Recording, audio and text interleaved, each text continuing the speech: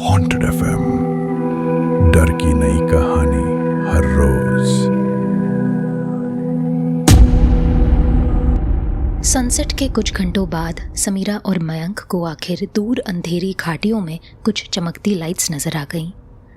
जब वो सुबह 6 बजे घर से इस ट्रिप पर निकले थे, उन्होंने सोचा था वो दोपहर 12:30 तक रिजॉर्ट पहुंच जाएंगे, लेकिन जैसे ही वो पहाड़ी रास्तों पर चढ़े, उनका जीपीएस काम करना बंद कर गया और अब वो ना जाने किन गुमनाम वादियों में पूरी तरह से भटक चुके थे। अनेकों आर्ग्यूमेंट्स के बाद वो फाइनली इस बात पर राजी हुए थे कि मंजिल पहुंचने से पहले वो रुकेंगे नहीं। रात हो चुकी थी और उन्हें आधे चांद की रोशनी में केवल गाड़ी के हेडलैम्प्स के सहारे खाइयों को चूमते पतले रास्तों पर ड्राइव करने का कोई खास शौक नहीं था। अब जब उन्हें दूर वादियों में चमक रही वो लाइट्स नजर आ गई थी, उनकी खुशी का कोई ठिकाना नहीं रह गया था। डैशबोर्ड पर क्लॉक टाइम बता रहा था रात के 9 और उनके फोन्स पर पिछले कुछ घंटों से सिग्नल का एक बार भी नहीं झलका था। अजीब है, समीरा ने कहा। आई don't know anything about this place. और तुम अपने आप को यहाँ का लोकल बताती हो? मयंक ने अपनी बीवी को चिढ़ाते हुए कहा। जस्ट बिकॉज मैं यहाँ से बिलोंग करती हूँ, इसका मतलब ये नहीं है कि मुझे यहाँ का कोना कोना मालूम है। I have never actually lived here, you know. दादा दादी रहा करते थे यहाँ, और वो भी सालों पहले। समीरा ने खिड़की के बाहर देखा। उसके बाईं तरफ एक ऐसी गहरी खाई थी जिसका रात के अंधेरे में कोई अंत नजर नहीं आ रहा था। बट स्टिल, मैंने ये रीजन पहले कभी नहीं देखा है। कोई नई सेटलमेंट होगी। ऐसे कैसे नई सेटलमेंट? गांव बसने में सदियां लग जाती है यहाँ। अभी पिछले साल आए थे हम यहाँ, तब तो ऐसा कोई रास्ता नहीं दिखा था ना हमें। ये दुनिया बहुत बड़ी है डार्लिंग, कितना भी ट्रैवल कर लूं, ऐसे खोए खजाने अनदेखे रह जाते हैं। आहा, हाउ पोएटिक। तुम्हें पता था तुम्हारा पति इतना टैलेंटेड है? टैलेंटेड का तो पता नहीं, पर नेविगेटर बढ़िया है। मजाक उड़ा रही हो मेरा? आज के इस कांड के लिए जीपीएस महाराज और कुछ तुम भी जिम्मेदार हो मैडम। मैं नहीं, मैं जिम्मेदार हूँगा तो तुम्हें वहां उस गांव तक सेफली पहुंचाने के लिए। समीरा ने खींचकर अपनी आंखें ऊपर घुमाई। माहौल पहले से काफी सुधर चुका था, पर उसके मन में डाउट्स अभी भी बरकरार थे। पर कोई गारंटी थोड़ी ना है कि हमें वहां रुकने की जगह मिल जाएगी या वहां के लोग वेलकमिंग होंगे। तो हमें कौन सा छत की जरूरत है? बस एक पेड़ के नीचे सड़क किनारे गाड़ी लगा देंगे और सीट पीछे करके लेट जाएंगे। ऐसा तो नहीं है ना कि we haven't rafted before? Rafted? You are a complete city boy Mayank. 32 सालों में कभी एक स्लीपिंग बैग में भी नहीं सोए तुम। ये सरासर कैरेक्टर असैसिनेशन है। हाँ, जस्ट बिकॉज मैंने तुम्हारी तरह कभी पत्थर रगड़ कर आग नहीं बनाई है डजंट मीन मैं हर जगह एडजस्ट नहीं हो जाता हूँ। रहने दो। समीरा इस बार खुलकर हंसी। पिछले कुछ घंटे उसके लिए आसान नहीं रहे थे। इस तरह गुम हो जाने से बदतर साबित हुई थी उसके और मयंक के बीच इन नई सर्कमस्टांसेस के चलते उभरी टेंशन। वही टेंशन जिस वजह से वो पिछले कुछ घंटों में कितनी बार भिड़ चुके थे। ये वो परिस्थिति थी ही नहीं जहां वो अपने डर और अपनी फ्रस्ट्रेशन को खुद पर हावी होने दे सकते थे। They had to stay calm and work together to find a solution. Oh wow, Sameera अचानक बोली जब उसकी नज़र रियर व्यू मिरर पर दिख रही किसी चीज़ पर पड़ी। We're not alone anymore. Mayank ने भी अपनी नज़र रियर व्यू मिरर की तरफ घुमाई। शीशे पर पीछे से आ रही किसी गाड़ी की हेडलाइट्स चमक रही थी। फाइनली, कितने घंटों बाद दिखा है ना? Do you think इस रोड पे हमसे कोई एंट्री या एग्जिट पॉइंट मिस हो गया है? मयंक ने अपना सर ना हिलाया। I'm 100% sure. मैं वो अभियान से इस रास्ते को ऑब्जर्व कर रहा हूँ। समीरा ने शीशे पर दिख रहे हेडलैम्प्स पर गौर किया। उनकी प्लेसमेंट और उनके बीच मौजूद दूरी से तो ऐसा ही लग रहा था कि ये हेडलैम्प्स किसी एसयूवी जैसी बड़ी गाड़ी के थे। गाड़ी उनसे 100 मीटर भी पीछे नहीं चल रही थी। उसकी ये लाइट्स सड़क पर आए हर मोड़ के पीछे कुछ सेकंड्स के लिए छिपती और फिर दोबारा सामने आ जाती। मयंक और समीरा कुछ देर चुप्पी साधे बैठे रहे। ना जाने क्यों वो इन हेडलाइट्स को देखकर खुश नहीं थे। फ्रीक्वेंट रोड ट्रैवलर्स होने के कारण वो रात के अंधेरे में उभरती सुनसान सड़कों के खतरों से अनजान नहीं थे। इसलिए वो चाहकर भी चैन की 2 सांसें नहीं खींच पा रहे थे। 'मयंक ने बिना कुछ कहे गाड़ी की स्पीड बढ़ा दी। 'वो वाओ, समीरा अचानक बोली जब उसकी नज़र रियर व्यू मिरर पर दिख रही किसी चीज़ पर पड़ी। 'We're not alone anymore. Mayank ने बिना कुछ कहे गाड़ी की स्पीड बढ़ा दी। ध्यान से, समीरा ने कहा। उसने एक नज़र रियरव्यू मिरर पर बरकरार रखी, जैसे शीशे पर दिख रही लाइट्स को इस तरह देखते रहने से वो पीछा कर रहे ड्राइवर के इंटेंशंस पढ़ सकती थी। ये गाड़ी ठीक उसी स्पीड पर चल रही थी जिस स्पीड पर समीरा और मयंक चल रहे थे, पर फिर वो एक मोड़ के पीछे छिप गई और आने वाले 10 मिनटों तक दोबारा दिखाई नहीं दी। What the hell? The car just disappeared. कहीं दिख रही है तुम्हें? मयंक ने सभी मिरर्स चेक किए। स्टीयरिंग व्हील पर उसकी पकड़ इतनी मजबूत हो गई थी कि उसकी मुट्ठियां सफ़ेद पड़ गई थी।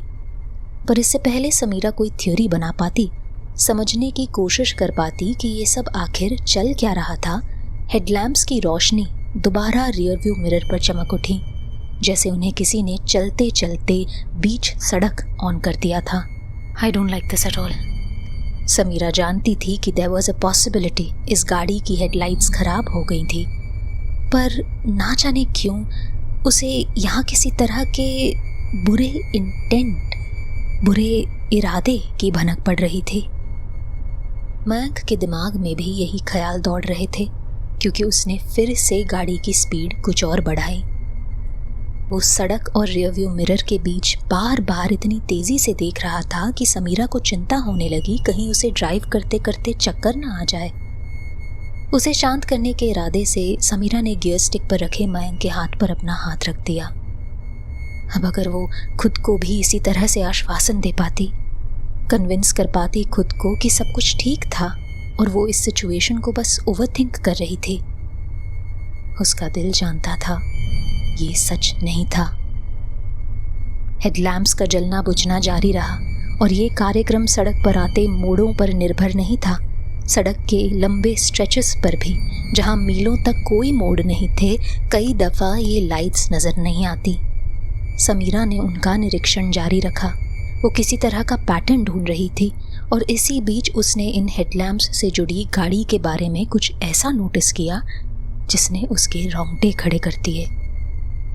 ये वो गाड़ी थी ही नहीं जो कुछ देर पहले उनके पीछे चल रही थी। मयंक, ये वो गाड़ी नहीं है। क्या मतलब? I don't know how to explain this. अभी कुछ देर पहले एसयूवी लग रही थी, अब कोई छोटी गाड़ी लग रही है। हेडलैम्प्स के बीच का डिस्टेंस कम हो गया है। कोई और नई गाड़ी ओवरटेक करके सामने आई है क्या? This is stupid.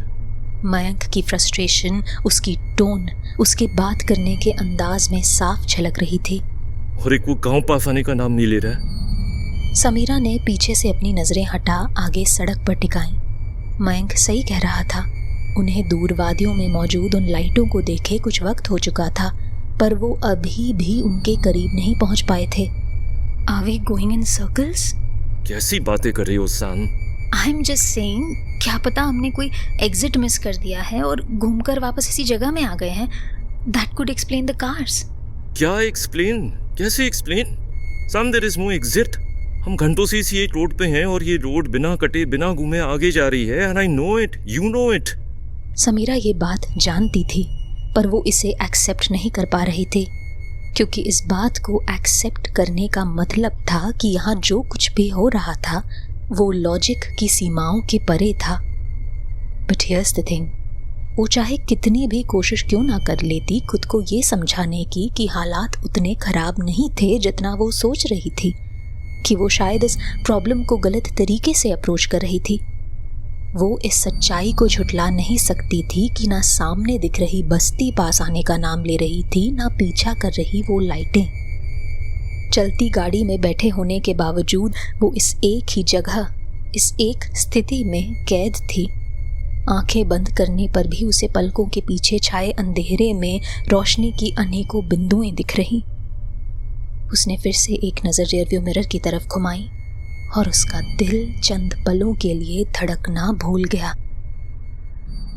हेडलाइट्स फिर से बदल गई थी। इस बार रोशनी की वो 2 बिंदुएं कुछ और छोटी हो गई थी, लगभग दानों जितनी। उनके बीच अब 1 इंच की भी दूरी नहीं। समीरा ने अपनी नजरें फेरी और सामने देखना चाहा दूर वादी पर चमक रही उन लाइटों को, जैसे वो केवल अपने मन की शक्ति से उन्हें करीब आने पर मजबूर कर सकती थी। लेकिन जहाँ फिजिक्स के नियम लागू नहीं हो पा रहे थे, वहाँ इच्छा शक्ति किस काम की थी? जितना वो उस गांव की तरफ बढ़ने की कोशिश करते, उतना ही वो उनसे दूर चला जाता।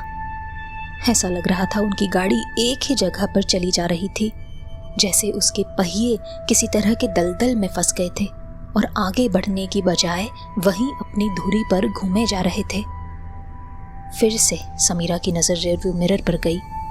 वो खुद को ऐसा बार बार करने से रोक ही नहीं पा रही थी, और यही कमजोरी अंत में उस पर भारी पड़ी। इस बार बादलों की चादर के पीछे से कुछ पलों के लिए बाहर झांकते चांद की रोशनी में समीरा को दिख गया आखिर कौन या क्या उनका पीछा कर रहा था। रोशनी की बिंदुएं अभी भी वही आकार और माप की थीं, लेकिन अब वो रूबी जैसे लाल रंग की हो चुकी थी। लहरों की तरह हिचकोले खाती हुई वो हवा में ऊपर नीचे झूल रही थी, और जब समीरा ने गौर किया तो उसे पता चला इसके पीछे वजह थी उनसे जुड़े शरीर के भागते समय इस तरह से हिलने की। समीरा ने एक विशाल जानवर का शरीर देखा, रात के रंग सा, 4 पैरों पर भाग रहा, दिखने में कुछ कुछ तेंदुए जैसा, लेकिन उससे भी विशाल और खतरनाक, जैसे किसी के बुरे से बुरे सपनों से खींचकर जिंदा किया गया हो। उसके ताकतवर हाथ पैरों की मांसपेशियों में भागने से तरंगे उठ रही थी, और इसके शरीर के पिछले हिस्से से किसी बिच्छू की तरह सिरे पर चमक रहे एक तीखे नाखून के साथ एक लंबी पूंछ हवा में लहरा रही थी। उसे देखकर तो ऐसा ही लग रहा था जैसे वो घंटों बिना थके भाग सकता था, लेकिन फिर वो उन तक पहुंच क्यों नहीं पा रहा था?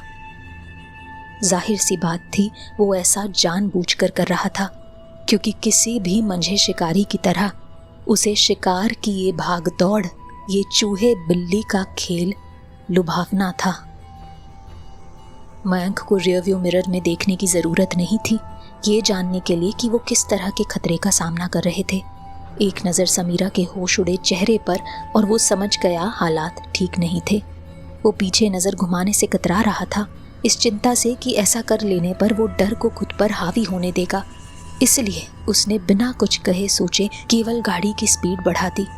80 किलोमीटर/आवर पर चल रही गाड़ी अब हर मोड़ पे टायरों के चीखने की आवाज़ के साथ मौत का खेल खेल रही थी, लेकिन ना मयंक ना समीरा को इसकी कोई चिंता थी। समीरा को तो बार बार पीछे देखने से फुर्सत ही नहीं थी, जैसे किसी चुंबकीय शक्ति ने उसे अपने वश में कर लिया था। रियरव्यू मिरर पर चमक रही वो लाल बिंदुएं अचानक ऊपर की तरफ उठी, जैसे उससे जुड़ा सर ऊपर उठा, ठीक रियरव्यू मिरर के माध्यम से समीरा की आंखों में आंखें डालने के लिए। समीरा को अपने भीतर एक झटका सा महसूस हुआ, जैसे किसी अदृश्य अंकुश ने उसकी रूह को लपेटे में ले लिया था और अब उसके शरीर से ही बाहर खींचने को आतुर था। चंद दिल दहला देने वाले पलों के लिए समीरा को लगा जैसे इस खिंचाव के चलते उसका पूरा शरीर उल्टे किए गए कपड़ों की तरह अंदर बाहर हो जाएगा, लेकिन फिर ये एहसास उतनी ही जल्दी गायब हो गया जितनी जल्दी वो पैदा हुआ था, और समीरा इसके असर तले केवल हाफती ही रह गई। Sam, are you okay? Shit. Mayank ने एक हाथ समीरा की तरफ बढ़ाया, उसका दूसरा हाथ बड़ी मुश्किल से स्टीयरिंग व्हील पर अपनी पकड़ बनाए रख रहा। This isn't real. This isn't real. Please keep driving Mayank, please. Sameera की आवाज़ महज एक फुसफुसाहट से ऊपर ना उठ सकी। उसका शरीर पूरी तरह से कांप रहा था और उसने डैशबोर्ड को इस कदर थामा हुआ था जैसे वो किसी गाड़ी की नहीं, किसी रोलर कोस्टर की सवारी कर रही थी। सामने दिख रहा गांव पास आने का नाम नहीं ले रहा था और उनका पीछा करता वो जीव रुकने का नाम नहीं ले रहा था। ऐसे में मियाँ बीवी को इस बात का पूरा अंदेशा था कि आगे क्या होने वाला था। वो पेट्रोल खत्म होने तक गाड़ी आगे बढ़ाते रह सकते थे, और फिर क्या?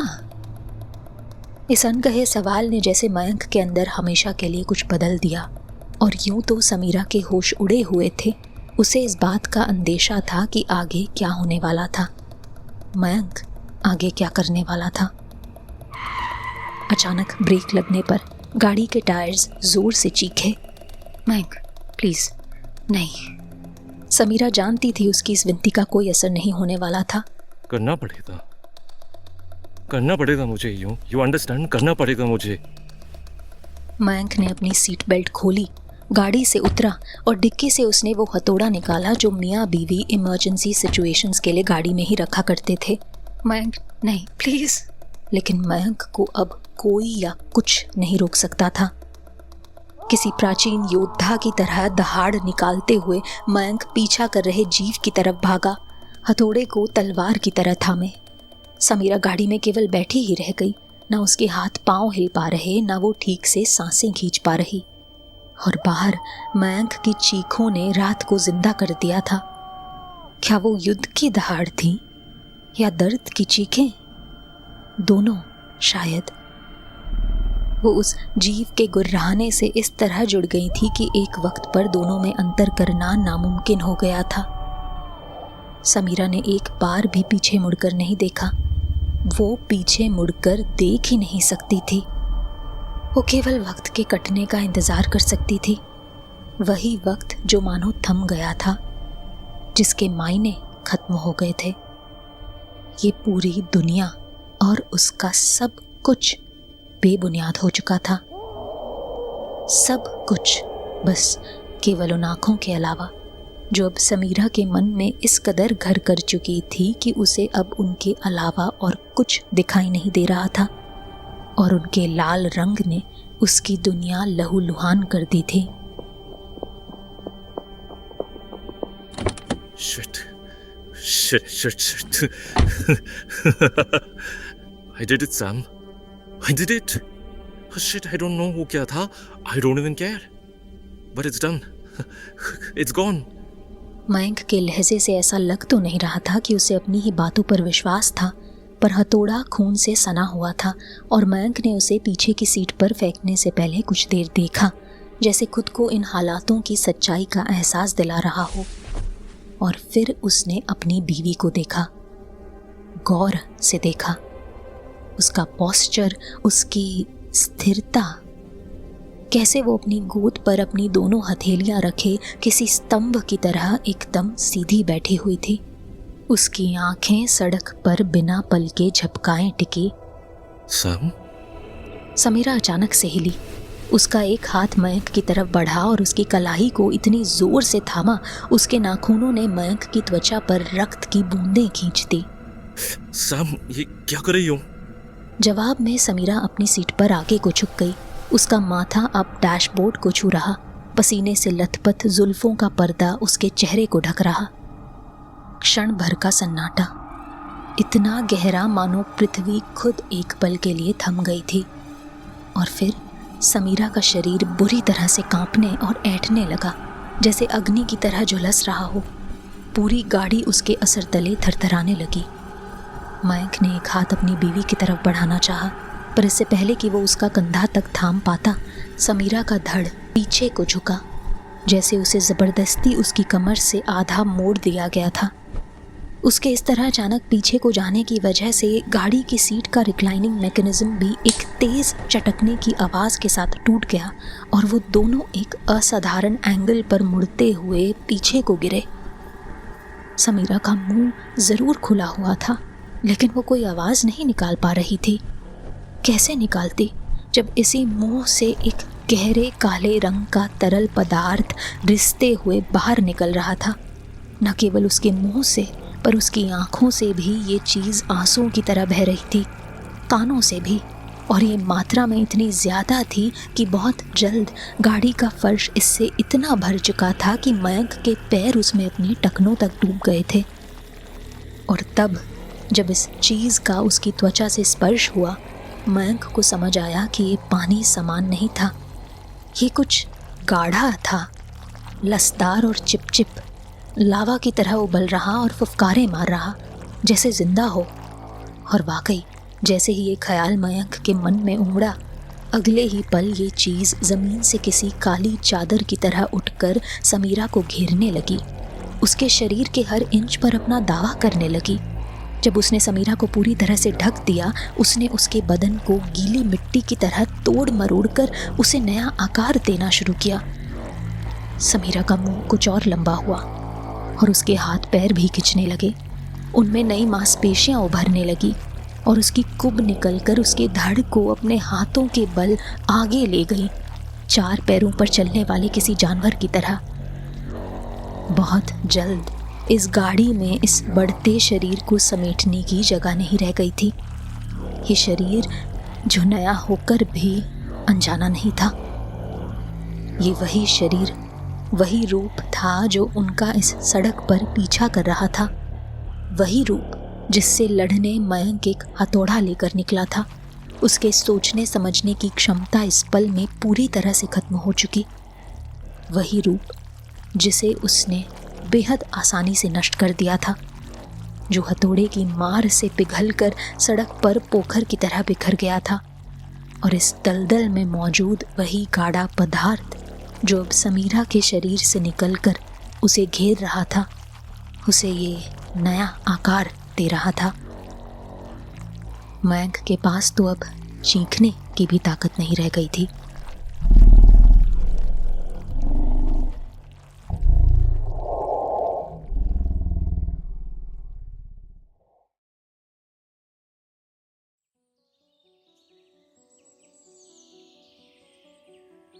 कांस्टेबल मनोहर ने शमन को वो रास्ता एक लंबी रस्सी से ढकते हुए देखा। रस्सी पर टंगे थे मंत्र से चिन्हित छोटे झंडे। जब रस्सी सड़क के दोनों छोर पर खड़े पेड़ों से बांधकर खींच दी गई, उसके पीछे उमड़ रही वो रहस्यमय सड़क आंखों से ओझल हो गई, मानो वो कभी वहां थी ही नहीं। कांस्टेबल मनोहर बेचैनी में ऐंठने लगा, पर अपनी जगह से एक कदम भी पीछे नहीं हटा। शमन अभी भी मंत्र पढ़ रहा था और मनोहर जानता था कि विधि पूरी हुए बिना उसका वहां से निकलना ठीक नहीं था। उसे सबकी अब तक आदत हो जानी चाहिए थी। आखिर 5 साल हो गए थे उसे ये खास ड्यूटी करते हुए। 5 लंबे साल जो 5 दिन के बराबर भी नहीं लगते थे, क्योंकि इस विधि से जुड़ा सच उसे हर साल इस ओर एक नए डर और अपराध बोध के साथ ले आया करता था। पर उसका परिवार था, बीवी जिसका उसे ख्याल रखना था और बच्चे जिन्हें उसे पढ़ा लिखा कर बड़ा बनाना था। यहाँ इस इलाके में इस तरह छोटे बड़े अरमान लिए बहुत से परिवार थे, और अगर उनके सपनों को सुरक्षित रखने के लिए 1-2 बलियां चढ़नी ही थी, तो फिर उसमें कौन क्या कर सकता था। शर्मिंदगी में आंखें नीची कर कांस्टेबल मनोहर उल्टे पांव विदा लेने के लिए गिनती करने लगा। आसमान में सूरज की रोशनी के पीछे सितारे भी अपनी अलग गिनती कर रहे थे। ठीक 1 साल बाद बैसाख के इसी दिन इस सड़क ने तंत्र की दीवार तोड़कर फिर नजर आना था, और फिर कोई भटके राही उसके चंगुल में फंसकर यहाँ के लोगों को अनजाने में जीने की थोड़ी और मोहलत देने वाले थे।